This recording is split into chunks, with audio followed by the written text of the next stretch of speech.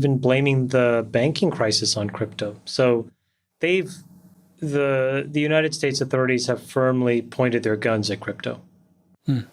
Is it a scapegoat, or was it a fuck around, find out moment for crypto in your mind, or a little bit of both?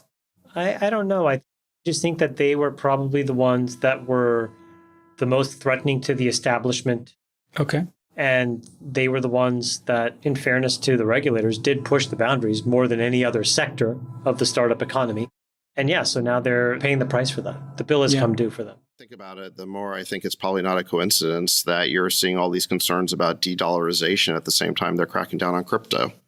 So look, there were a bunch of crypto companies that might have done shady things, but I think we all agree that Coinbase was not one of them. Coinbase was the gold standard in terms of doing everything right. And they've just asked over and over again for a regulatory framework. They're just like, tell us how to operate and we'll do it. So I think Chamath is right that they're effectively banning crypto in the United States. They're going to drive all these companies overseas, which is terrible for American innovation. I don't know exactly where blockchain and crypto are going to go from here, but I think that we should find that out in America. You know, we don't want that innovation going offshore.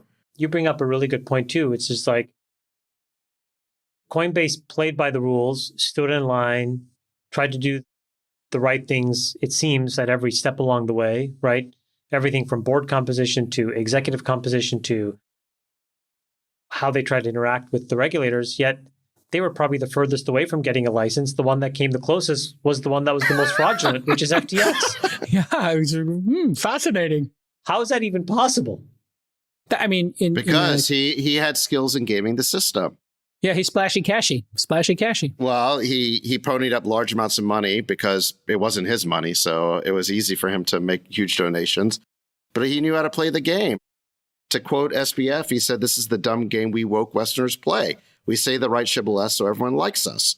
That's the game he was playing, which is my whole concern about if we jump the gun on regulating AI too quickly, it'll turn into another, woke game that everyone's going to play. So here's how the world works. Regulate yourself, behave yourself, act in the interest of consumers, or get regulated or smashed.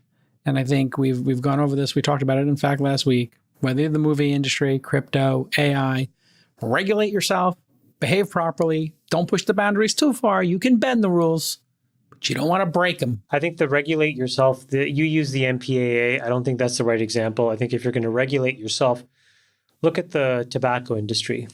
They tried to regulate themselves, but what they did was just lie to maximize profit in an area that was much less benign than movies and content. Maybe you could have some lascivious content in a movie or a video game or an album, but that was a lot less harmful than smoking, which not just impacted the smoker, but it turned out the secondhand smoker as well, or the secondhand smoke. So it touched everybody, right? You could be in a restaurant, not smoke, and yet have years of your life taken.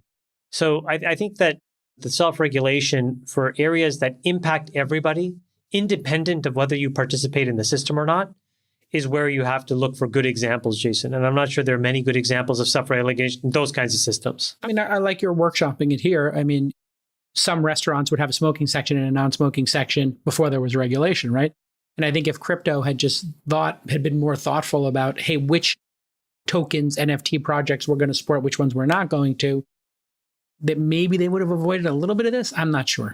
It's hindsight's 2020 here, but a little more regulation. I don't think those smoking, non-smoking sections worked too well. The smoke went all over the place. Exactly. Can you remember? You remember coming out of a bar and you woke up the next day and your clothes smelled like smoke? No.